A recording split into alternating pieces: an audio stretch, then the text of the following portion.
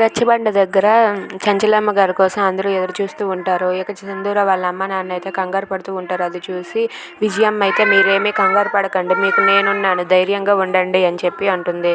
ఇంతలో సింధూర అలాగే చంచలమ్మ వాళ్ళిద్దరూ కూడా అలా కారులో వస్తారు.